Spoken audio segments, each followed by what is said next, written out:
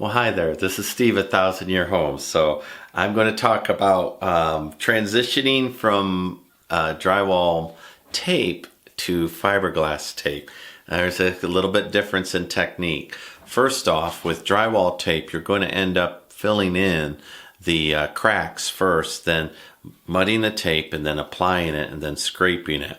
So this you don't, because the drywall mud will pass through it, right? So what you end up with is you don't end up having to do the pre-taping of the seams, nor do you have to tape the mud. But one thing that you do need to do is, and I do see this, people will still put too much mud on the first pass of this. It's okay if you end up seeing some of the mesh through the thing, because you're going to do another coat and another coat, right?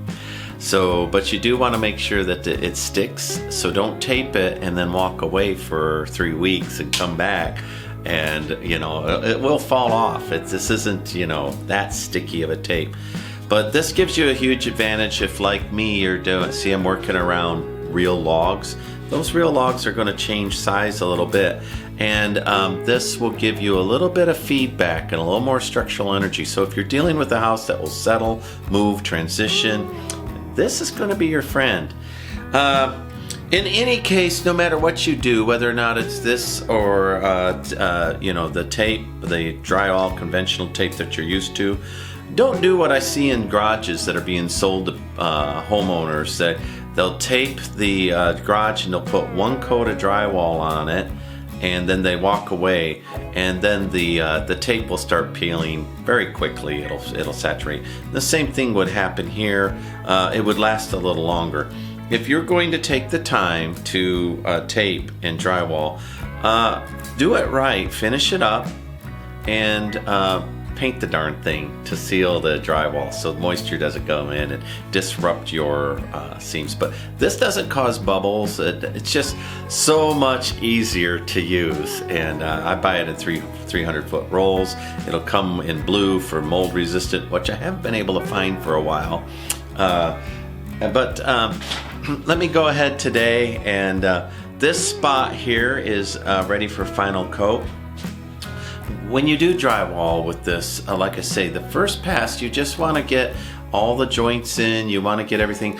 Don't leave a hump in your drywall. You'll just have to sand it more. The skin of the drywall is the plane you want to work with. Now, I know as you do that, you'll end up with maybe crunchy will end up inside of your drywall, and you'll end up with maybe a nail or a screw that you didn't get all the way down. You'll end up with a little bump in it. So I know you won't be able to perfectly do that all the time, but you genuinely don't want a hump. And I've seen guys do that, and it's a curiosity to me. I'm not sure what they're after. So they'll do the first pass and they'll leave a little hump, and then they'll come back in with like a first pass with like a 3 or 4 inch trowel, and they'll mud it in. And then they'll come back with let's say a 6-inch trowel, and they'll build up on both sides. And then ultimately they'll go, well, you don't want to see that, so I'll come back in with a 12-inch trowel, and I'll skim coat it way wide. Well, all you end up with is a big wave in your drywall. It doesn't matter how far. If you've got a 1/4 inch sticking out from your wall, or an 1/8 inch sticking out from your wall, and you spread that over 2 foot, you still have a 2 foot 1/4 inch wave. And in a house like this, where I've got a lot of natural light coming in, I've got ceiling cans coming in, people are going to notice those flaws. Now, I'm going with a Spanish Mission vibe, Santa Fe Mission vibe. I've been looking at old churches. I'm going to imitate that kind of an antique construct, but that doesn't mean that I'm given free rein to just slop it on and just go back in and texture it. In another video, I talked about people that try to copy the old. What they do is they take their modern tools, their thin tools, and they over exaggerate the amount of mud. When you go and you visit these ancient missions in the old, they were trying to put plaster on smoothly. maybe not peasant homes. And I know there's techniques where people do layer it on, but I'm talking about your regular run-of-the-mill covering of a stucco inside of a house or plastering. They really were trying to go smooth. So it wasn't that they made it deliberately rough. Their tools were rough, their materials were rough, but they were shooting for a fine finish. That is the difference.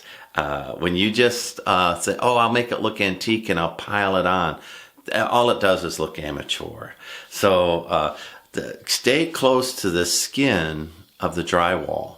Drywall is a wonderful tool. It'll last forever if it doesn't get wet. It came out of the ground. It'll hit 1,000 years. I use thick drywall. I know the temptations go in, and they even make 1/4-inch drywall, and which would show every imperfection. If your 2x4s are a little off, this 5/8, there's a rigidity to it, and you do not see. And a lot of these beams were hand cut. So they're not dimensionally the same, but honestly, when you take a look at my ceiling work, I'll go in here where I haven't done it.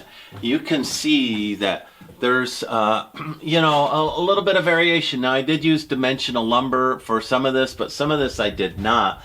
But with 5/8-inch drywall like I have here, it puts a straight and true look. But I'll put this right up there, you can agree. It puts a straight and true look to your ceiling that you're not going to get out of 1/2 inch. And I don't care how much you mud 1/2 inch. You could mud 1/2 inch drywall to kingdom come, and it'll always look like 1/2 inch drywall. In addition, 5/8 gives you the 2-hour burn time. That's what I'm after.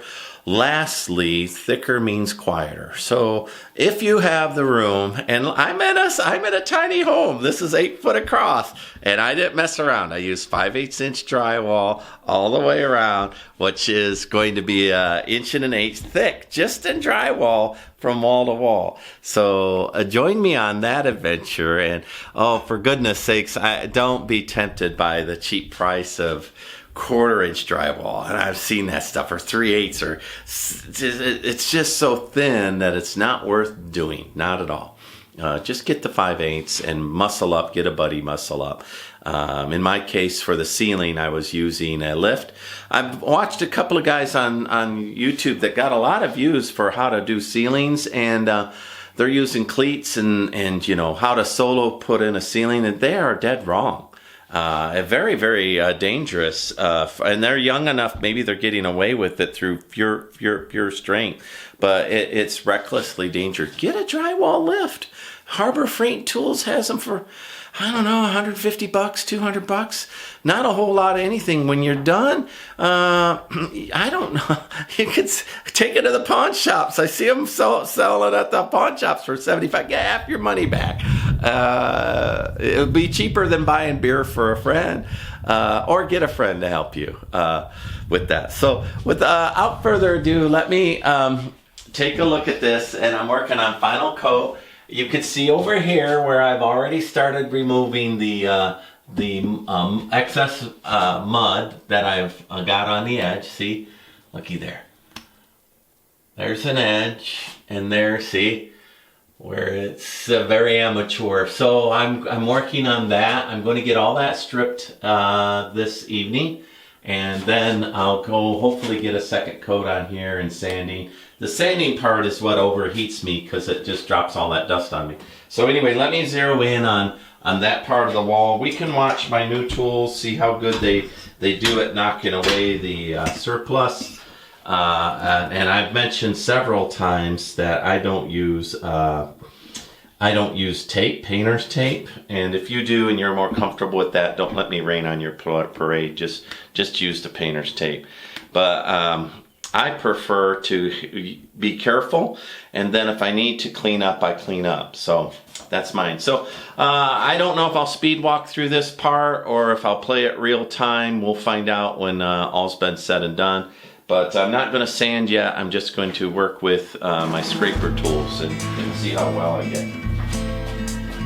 I do have safety glasses on, so as to not go blind when this stuff flicks into my eyes.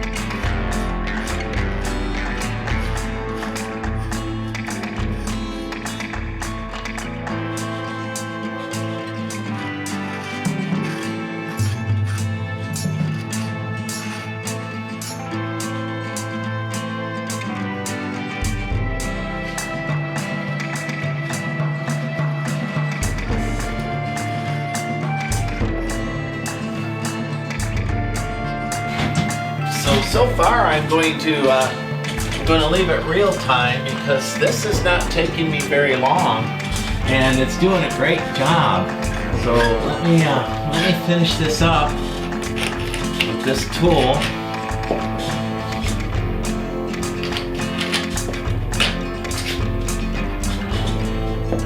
I do need another sharp one.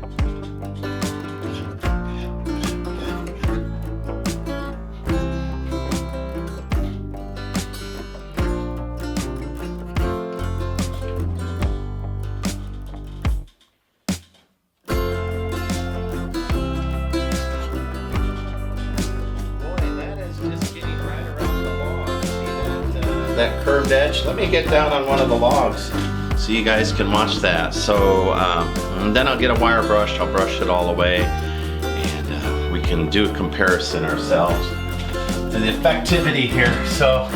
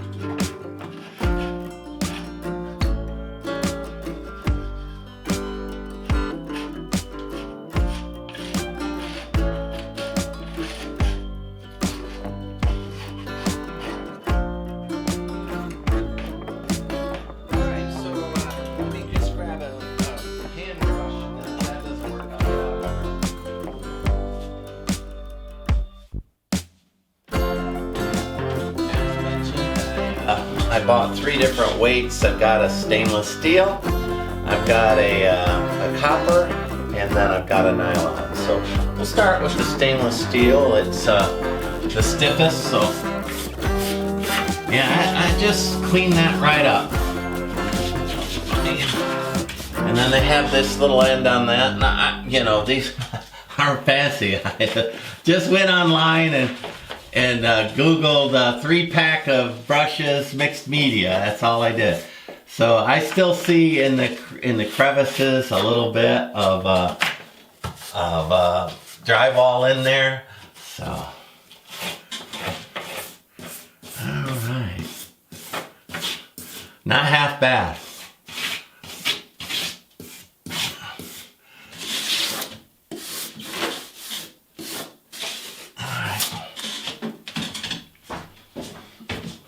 Alright, anywhere where I see there's a little bit that I didn't get with, you know, the hand brush, I'll do that. I'm going to have to scrape in that corner a little bit.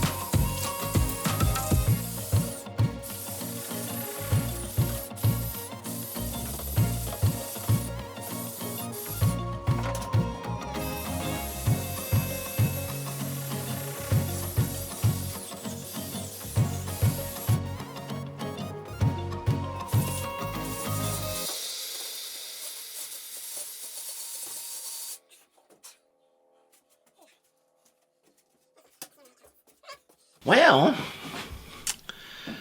so some of that will be speed walked, and some of it I didn't record. It's just all more of the same. Let me get a broom. Get a broom in there.